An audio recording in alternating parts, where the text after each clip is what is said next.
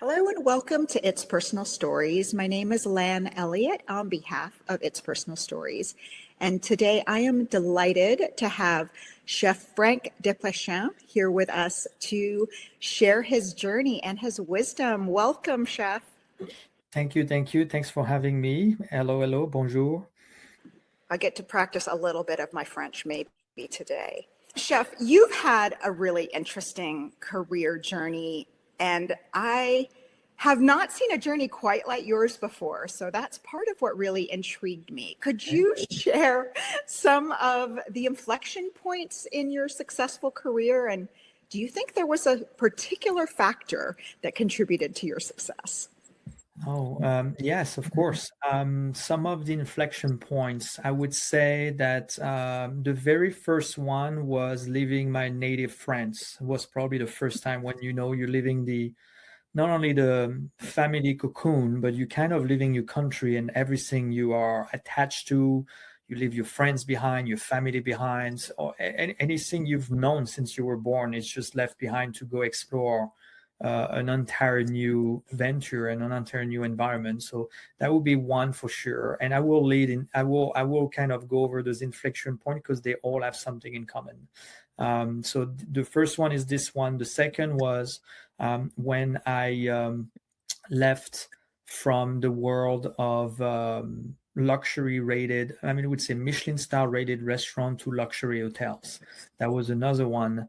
When you're in a restaurant and you're serving lunch and dinner, the guest comes, they leave, and then they come back whenever they feel. But in an hotel and resort environment, they get to stay. You're almost becoming an amenity to their stay. Unless you're a destination restaurant and people come for the restaurant, most of the time they're coming for the hotel and they happen to be at the restaurant because that's the accommodation.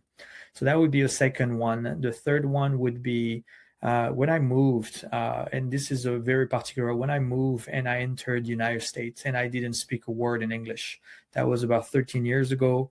I've arrived, brand new job as an executive pastry chef of a luxury resort, and I didn't speak a peck in English, nothing. So that would be the third inflection points of my career. And the fourth one, which is the last one, which is related more career-wise, because there's been an inflection point when I became a father for the first time. That's just on its own. It's its own journey. But I would say if I stay within the professional realm, I would say the last one would be when I became from a W-2 employee per se to an entrepreneur and started to do that journey. And I think all of them are linked to two keywords. One is growth, and the second is resilience. Every single one required of me to be resilient in some fashion. When I had to leave the world of Michelin star to go into luxury hotels and resort, the pressure was constant from, obviously there's pressure in the world of Michelin star, but the pressure from the luxury resorts, like breakfast, making scrambled eggs with, like, who knew that making scrambled eggs with breakfast potatoes and tomatoes was feel as much pressure as doing a 3 Michelin star rated dinner. There's an expectation coming with it. When you paid up to $1,000 room night or $1,500 room night, your eggs have to be perfect. That's just the way it is. So resilience is definitely a key word there. Same thing when I had to learn English. I'm not going to hide from you that I wanted to go home so many times in the first few months to say, what the hell am I doing here? I don't even speak the language. I don't understand it. Nobody understands me. There's some level of rejection that comes with it. There's a level of judgment from your peers, from your bosses. They all question the same question you ask yourself. What are you doing here? So the resilience aspect is probably some of the keywords for those inflection points of my career. I love the idea of resilience being important. You definitely need that working in kitchens, a lot of long hours. Yeah, but the growth and the instinct to move yourself to another country where you don't speak the language, I wanted to focus in on that a little bit because it's a story that is very personal to me. My stepfather, who I grew up with, was French. So I know firsthand that the French and the Americans approach things very differently beyond just the language. Mm-hmm. Curious, what's something working in a new country has taught you, and how has navigating two cultures changed or helped you? I think it helped defining the person that I am today. I think uh, it's a hard question to answer because while I do think that I'm French to my roots and to my core, I think there was always a part of me that didn't fit within the culture and within the society of France. And when I came to United States, especially United States, because I did travel in Australia, I traveled in Spain, I traveled in many countries, but when I came to United States, this emphasis on entrepreneurship, the what they refers as a foreigner as the land of opportunities, all of those things, like when I came here I felt like right in, I just felt right in. And so for me it's almost like, to this point now today, with 13 years in US, I almost feel like I would have a hard time to go back to France and fit in. And it's I have adopted so much of the country of United States from like I said, the culture that goes with it, the multicultural that goes with it, because American has such a vast culture and vast representation of ethnicities. You just kind of in the middle of a melting pot of cultures that you get to adopt. And on top of that, I arrived in the United States for the very first time in Hawaii. And in Hawaii, the culture, the heritage, the tradition, even the language that they refer as pidgin is just so strong that that's my first way into United States. So even when I moved from Hawaii back to the mainland and I came to San Francisco, I even felt there was a transition there because I didn't realize how much Hawaii was so different from the rest of America. So I would say that uh, there's been transitions for sure for that, but I always felt like there was something missing in France that I did not get to uncover, and I found it when I came to US. I love that. I know the French think they do everything the best, from cuisine to a lot of different things. And I love the idea that you found something here in the US that really spoke to you in that entrepreneurial piece. And I wanted to focus on that because Mhm. as part of your journey, you've authored a book called Relentless Growth: Cultivating a Chef's Mindset for Professional Fulfillment. And I was struck by the title of this book because kitchens are not necessarily known as the most empowering workplaces in all of hospitality. Mhm. And chefs do not always spring to mind as leaders with high emotional intelligence. Maybe Gordon Ramsay has given chefs a bad rap, but Maybe, yes. not all chefs are like that. I've also seen chefs where their kitchens are completely silent. They definitely did have a very different vibe in what they brought to their leadership. I'm curious, what is it about the chef's mindset that can provide professional fulfillment? And how does one get from leading a kitchen to being a leadership coach, which is what you do now? Yes. Wow, this is a loaded question, but yes. Let's go there, Chef. Yes, I think the world of chef in the kitchen, you completely right. There are silent kitchen. There's also a level of intensity in kitchen. There's so much almost feel like so much rigidity into the world of the kitchen because it's just what is required in order to be in an environment full of discipline and attention to details and excellence. And all of these are completely right. And they do exist to this day. And I did work some of those kitchen and I did lead some of those kitchen. Now, what I found the missing piece is we living in a world where there is labor shortage in kitchens, everyone making it sound like it's a new problem. I've been in hospitality for 26 years. It's been a problem for 26 years and beyond that. Now is we always have an assumption as a new leader that the change has to come from underneath us instead of the change coming from within us. We have to be the change in order for the student of hospitality or the young leaders to follow a format that work for themselves.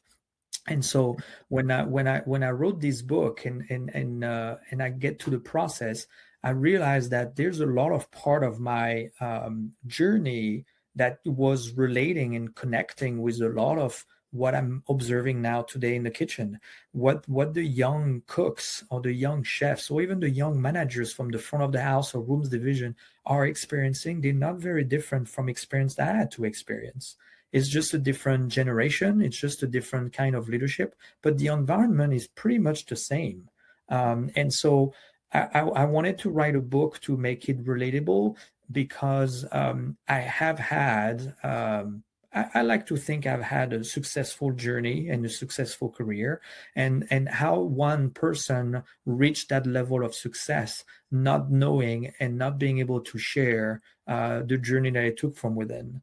So when I wrote this book, it was really for people to have an access to find out that I am like everybody else. The book does tackle a lot of the topic with the curiosity. You've got to define your vision. You have a whole chapter about resilience, about your relationship with failure. Like, what does it mean to fail? We're living in a society when failure is something that is so deeply negative that we just don't want to take no risk, and we just don't want to explore the world failure. But no successful people have reached a level of greatness or a level of success without failing once in a while. So the relationship with failure is so important. So all of this was for me to provide a level of relatability and approachability into growth itself, and to obviously finding fulfillment within growth. Yeah, I love that concept. And I want to unpack two things that you referenced. The first is taking risks, because during your career, you've led kitchens, food and beverage programs at luxury properties. You referenced how stressful and intense that can be. And you took a big risk stepping away and creating Incrementum, your consulting company.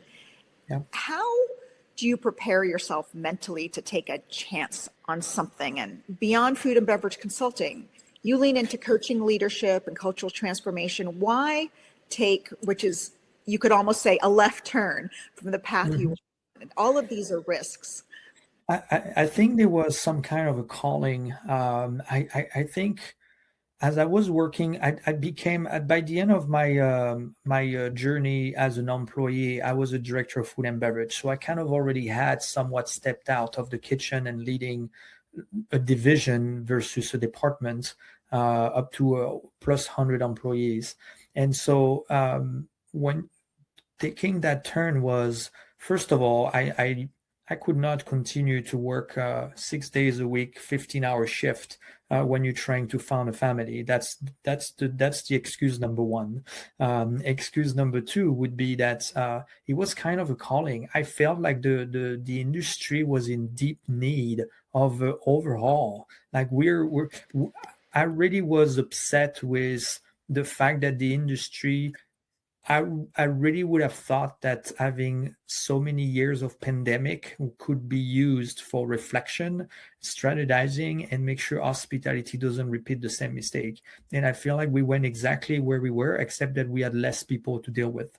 We had less people. A lot of people have left the industry during the pandemic, probably because they were tired of the hospitality, or they find a new avenue to fulfill their needs, or even better, there's some that just like said, wow, I know what that means now, to actually working a 9 to 5 and just having a decent life outside of work. All of this might be some of the reason. We're also dealing with a generation now, the Gen Zs, that are entering the workforce, that are just not willing to compromise their health for workplace, not anymore.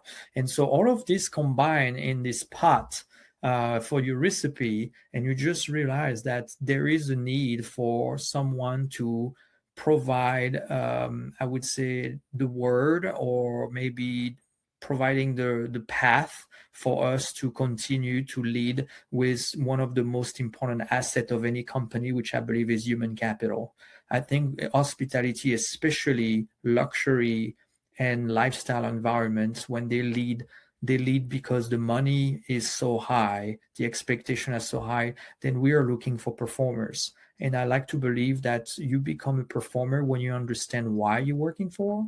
And I think we had a tendency, especially back then when I was being trained, I was not being explained why. I was just being told, Franck, you shut the F up and then you do what you're being told. And I think now we're leading a generation that has the right to question. They do question it, but we are just not equipped to answer because we don't even know why.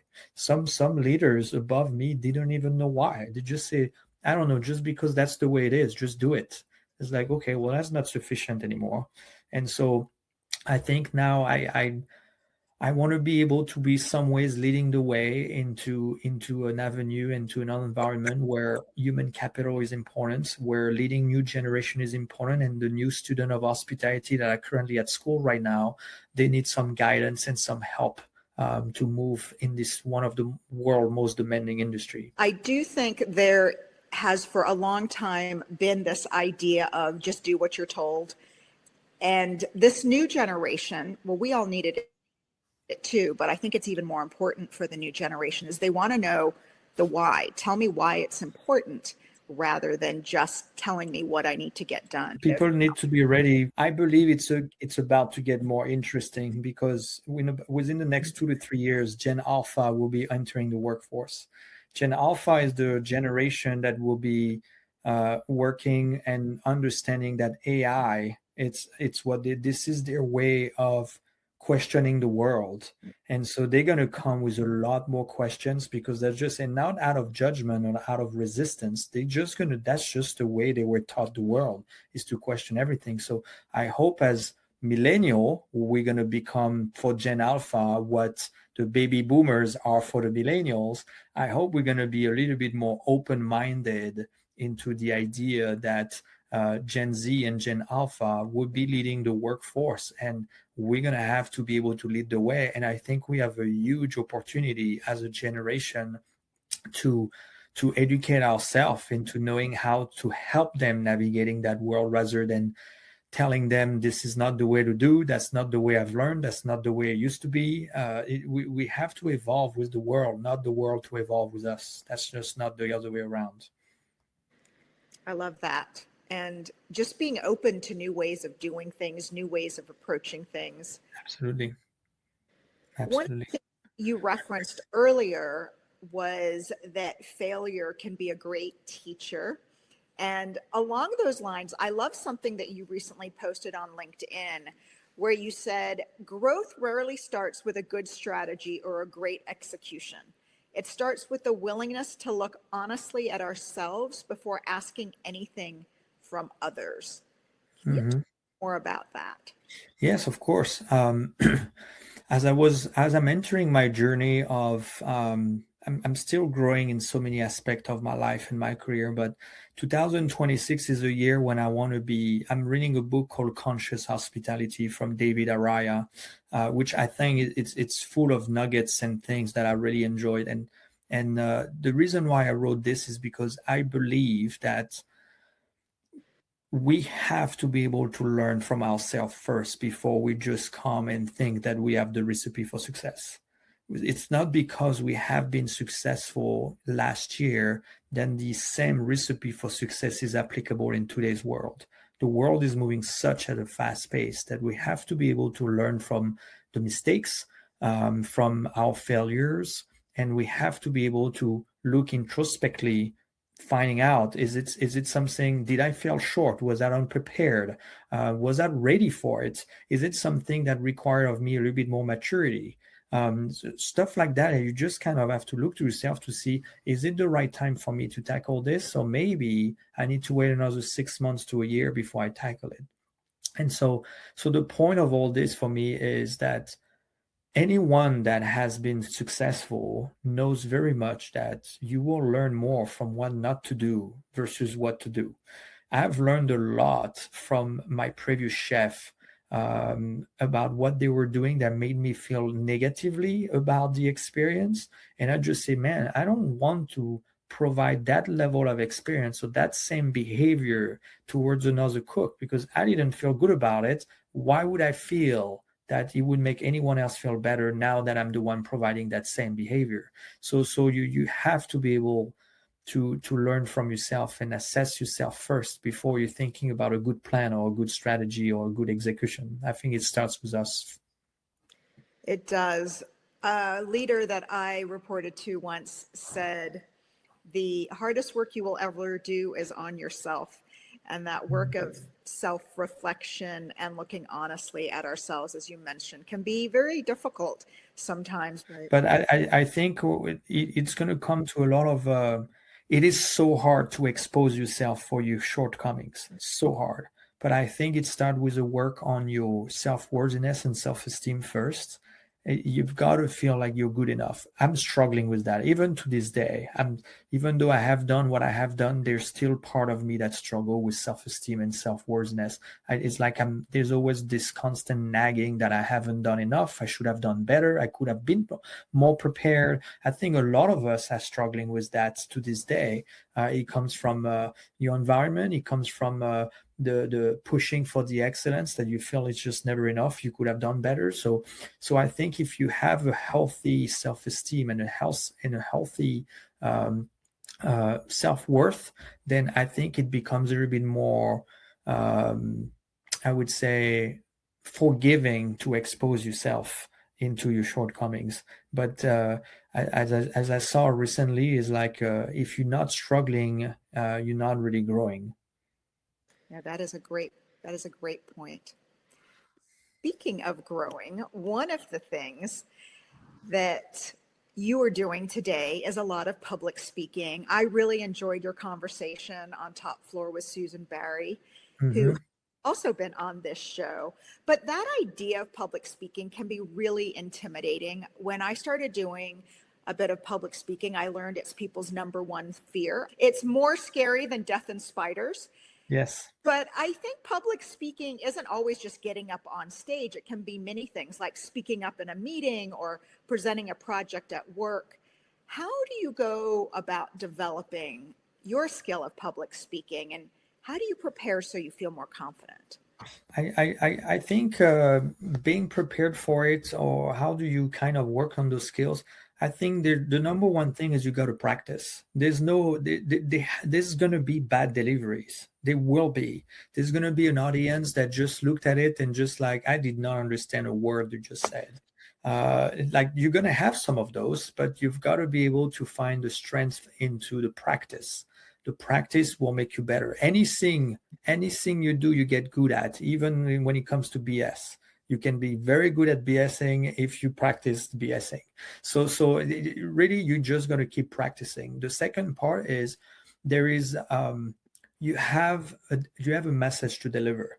Now you can be prepared for it. You can study. You can put your notes. You can do flashcards. However you want it. The reminder that you have to tell yourself is, the audience has no idea what you're going to talk about. No idea. So whatever the delivery of the message, if you forgot to say, oh, damn, I had 10 flashcards and I forgot number 5 and 6. Well, guess what? The audience didn't know there was 10 flashcards to begin with. So you've got to be able to share the message and only do public speaking on a topic that you know about and you can relate with. And like tomorrow, if someone calls me to go speak to an audience of pharmaceutical, it really depends what they're going to be talking to me about or what they want me to talk about. But I might just say, you know what, I don't think this is something like I can actually get much. I cannot relate to them. I don't come from that world. So I think when you speak to a language into an audience that people are receptive to it, that's half the battle. You've got to be able to pick your battle. And if the audience is receptive to your message, then after that, you just need to speak your truth, speak of experience, speak of expertise, speak of knowledge. And after the rest will do it. People will just find interesting once you speak out of experience and expertise. I'm a big believer in the practice as well, but I do think sharing that at times there will be things that fall flat. But that's also, again, learning from setbacks, what we just talked about. Mm-hmm. Looking back, saying what didn't work, how can I fix it for the next time? Pick yourself up, and the resilience to go back and do it until you get better at it. And I think it's like most things. It's like playing an instrument. It's a skill that you build over time. So I think you're doing I think one of the things that comes in today's world in 2025, 26 is people that are wanted to post online or posting on LinkedIn, for example. There's so many people scared of making the wrong post. Or there's so many people that just like, I don't really know what to say. But do you have something to say? Yeah, I have plenty of things. Then just do it. Just do it and click submit, submit, submit, submit. And the prime is not only on top of that, but again, we're coming back to self-esteem and self-worth. If you have to measure your post by the amount of liking and engagement and interaction, then sure, you're going to take a beating. But you got to start for somewhere. You think the Gary Vaynerchuk or the Patrick Bet-David or the Tony Robbins and the Simon Sinek, they just started with having already thousands and thousands of views? They didn't. And so it's a matter of starting somewhere, and then you just build your audience, and you just celebrate those small achievements when you reach 100 followers and 500 followers and 1,000 followers, and then at some point you'll be in the 10,000s of followers, and you realize that you did start at 100. At some point you did celebrate 100. So social media has become kind of the new era of public speaking, when you shouldn't be afraid to post things and put yourself out there if you think you have something interesting to say that could help the next person. I love that. It's great advice. Well, Chef Franck, we are coming to the end of our time. I knew we would run out of time because I could keep asking you many more questions. But I wanted to ask you about the younger Franck. Thinking back to perhaps the 22-year-old Franck, what advice would you offer him, or what would you want to share with him that he should know? 22-year-old Franck, my goodness, that's like half a lifetime for me. I would say some of the advice is be present. Being present is something that I feel like I had a missed opportunity most of my career.